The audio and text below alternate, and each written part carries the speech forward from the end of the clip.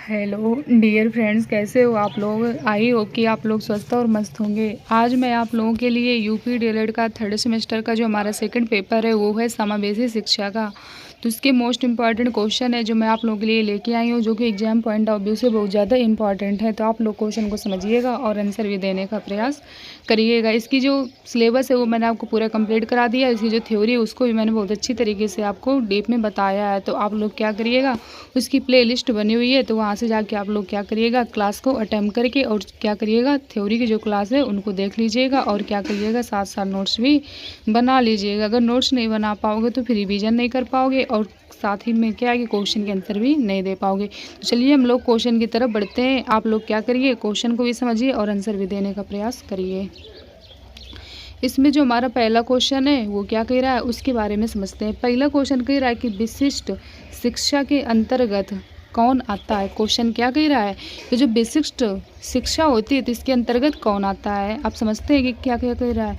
पहला कह रहा है विकलांगता, दूसरा कह रहा है रोगग्रस्तता, तीसरा कह रहा है अक्षमता और चौथा कह रहा है उपयुक्त सभी। तो इसका जो राइट आंसर है तो क्या हो जाएगा, ये आपको बताना है। तो इसका जो राइट आंसर है वो हो जाएगा उपयुक्त सभी। क्या हो जाएगा, उपयुक्त सभी हो जाएगा, क्योंकि विशिष्ट शिक्षा के अंतर्गत सभी लोग आते हैं। कौन कौन से, विकलांगता भी, रोगग्रस्तता भी, अक्षमता भी और क्या, मान लीजिए उपयुक्त सभी, क्योंकि ये तीनों आते हैं इसलिए क्या हो गया, उपयुक्त सभी हो गया। अब चलिए हम लोग अपने अगले क्वेश्चन की तरफ बढ़ते हैं। आप लोग क्या करिए, अगले क्वेश्चन को समझिए। अगला क्वेश्चन कह रहा है कि सही दृष्टि दोष कहलाती है। क्वेश्चन क्या कह रहा है कि जो सही दृष्टि दोष होती है वो क्या कहलाती है, मतलब कितनी होती है, 6/6 की होती है कि 6/9 की होती है कि 6/12 की होती है, मतलब और कि 6/18 की होती है। तो इसका जो राइट आंसर है तो क्या हो जाएगा, तो इसका जो राइट आंसर है वो हो जाएगा 6/6 की होती है। कितने की होती है, 6/6 की होती है। अब चलिए हम लोग अपने अगले क्वेश्चन की तरफ बढ़ते हैं। अब जो हमारा अगला क्वेश्चन है वो क्या कह रहा है।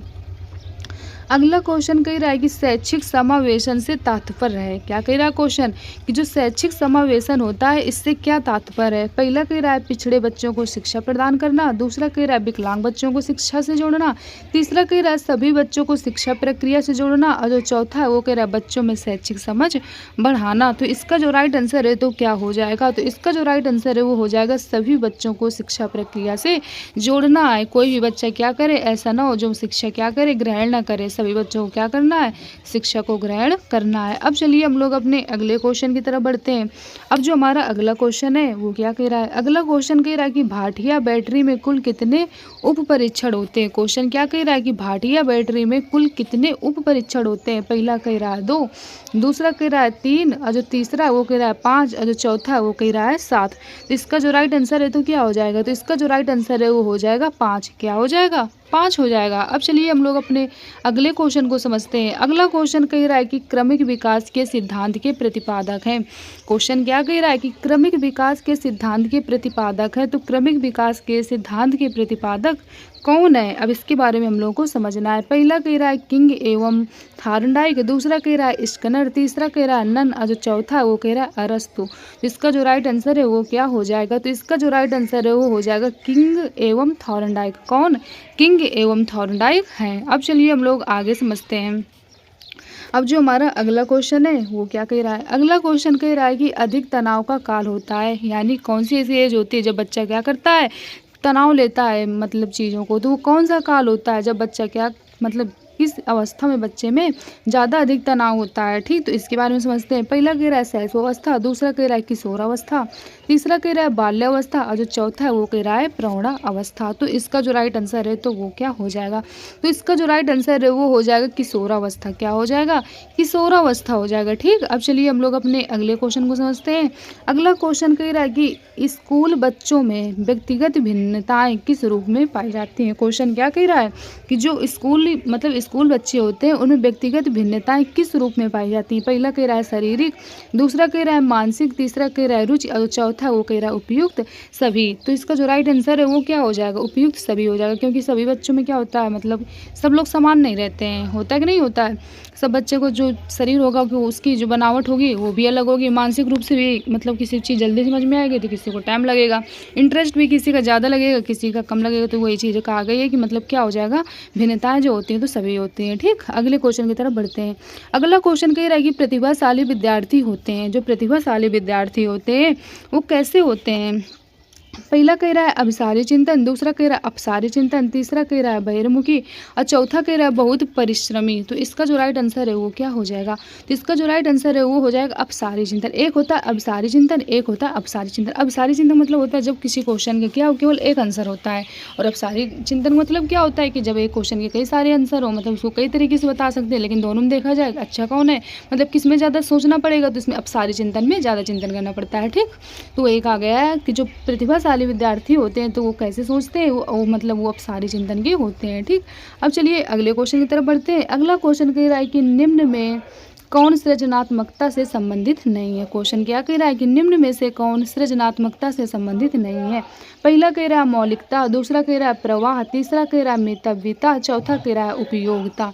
ठीक, अब इनके बारे में समझते हैं कि इसका जो राइट आंसर है वो क्या हो जाएगा, तो इसका जो राइट आंसर है वो हो जाएगा मितव्यता। ठीक, अब चलिए अगले क्वेश्चन की तरफ बढ़ते हैं। अगला क्वेश्चन कह रहा है कि समावेशी शिक्षा। अब चलिए जानते हैं समावेशी शिक्षा होती है ये क्या होती है, इसके बारे में समझते हैं। कह रहा है हाशिए पर महत्वपूर्ण स्थिति में स्थित वर्गों से शिक्षकों को सम्मिलित करने से संबंधित है, या फिर कक्षा में विविधता को उत्सव मनाती है, या फिर अगला कह रहा है दाखिले संबंधी कठोर प्रतिक्रियाओं को बढ़ावा देती है, अगला कह रहा है तथ्यों पर आधारित शिक्षा से संबंधित है। तो जो इसका राइट आंसर है वो क्या हो जाएगा, तो इसका जो राइट आंसर है वो हो जाएगा कक्षा में विविधता का उत्सव मनाती है। अब चलिए हम लोग अपने अगले क्वेश्चन की तरफ बढ़ते हैं। अब जो हमारा अगला क्वेश्चन है वो क्या कह रहा है, अगला क्वेश्चन कह रहा है कि बुद्धि लब्धि मान के जन्मदाता हैं। क्वेश्चन क्या कह रहा है कि बुद्धि लब्धि मान के जन्मदाता है तो कौन है। पहला कह रहा है स्टर्न, दूसरा कह रहा है विनय, तीसरा कह रहा है टर्मन, चौथा कह रहा है कोई नहीं। तो इसका जो राइट आंसर है वो हो जाएगा टर्मन। अब चलिए अगले क्वेश्चन की तरफ बढ़ते हैं। अगला क्वेश्चन कह रहा है कि जड़ बुद्धि वाले बालक की बुद्धि लब्धि कितनी होती है। पहला कह रहा है 110 से 120, दूसरा कह रहा है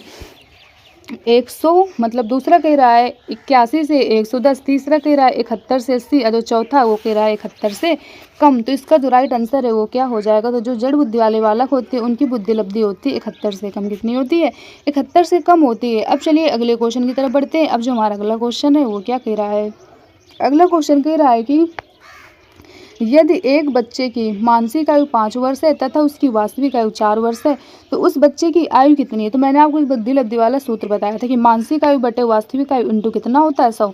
जो उसकी मानसिक आयु है वो कितनी कही गई है, 5 कही गई है, और जो उसकी वास्तविक आयु है वो कितनी कही गई है, 4 कही गई है, और बटे कितना होता है 100 होता है। तो इसको आप लोग क्या करोगे, काट दोगे। 4 से 4 दूनी 8, 2 बचेगा, 4 पंजे 20 हो जाएगा, फिर 5 से काट देना, मतलब इसमें क्या करोगे आप लोग फिर से भाग दे दोगे। तो 25 और जो मतलब 25 पंजे कितना होता है 125 होता है। मतलब जो उसका फार्मूला होता है फिर से हम आपको समझाते हैं, रुकिए। क्या कहा जा रहा है, फिर मतलब कहा जा रहा है कि यदि एक बच्चे की मानसिक आयु 5 वर्ष है तथा उसकी वास्तविक आयु 4 वर्ष है तो उस बच्चे की वास्तविक आयु ज्ञात कीजिए। बुद्धि लब्धि सूत्र होता है हमारा वो होता है मानसिक आयु बटे वास्तविक आयु होता है। तो बट देखिए मानसिक आयु कितनी दी है 5 और जो वास्तविक आयु है वो कितनी दी है 4 और इंटू हमारा कितना होता है 100 होता है वाई आंसर। ठीक, उस बार हम लोगों ने क्या किया था, मतलब नीचे कर दिया था उसको। तो अब क्या करना हम लोगों को, अब इसको काटना है। तो 4 से काटिए, 4 दूनी 8, तो हम लोग इसको 4 से काटेंगे तो कितना हो जाएगा, 4 दूनी 8 हो जाएगा। और उसकी आयु कितनी दी है 5 वर्ष और जो वास्तविक आयु है वो कितनी दी है 4 वर्ष। फिर इंटू हम लोगों ने कितना किया 100 किया। अब इसको हम लोगों ने 4 से काटा, 4 दूनी 8 हो गया, 4 पंजे 20 हो गए। अब 25 पंजे कितना होता है 125 होता है। तो इसका जो राइट आंसर है वो कितना हो जाएगा 125 हो जाएगा। तो क्वेश्चन हमारा क्या कह रहा था, क्वेश्चन कह रहा था कि यदि एक बच्चे की मानसिक आयु 5 वर्ष है तथा उसकी वास्तविक आयु 4 वर्ष है तो उस बच्चे की आयु कितनी होगी। तो उसकी जो आयु होगी वो कितनी होगी 125 होगी। ठीक, क्योंकि वही फार्मूले से होगा मानसिक आयु बटे वास्तविक आयु इंटू 100। अब चलिए हम लोग अपने अगले क्वेश्चन की तरफ बढ़ते हैं। अगला क्वेश्चन कह रहा है कि आपकी कक्षा में कुछ छात्र मेधावी हैं, आप इन्हें किस तरह पढ़ाएंगे। ठीक, मेधावी छात्र हैं तो आप इन्हें किस तरीके से पढ़ाएंगे।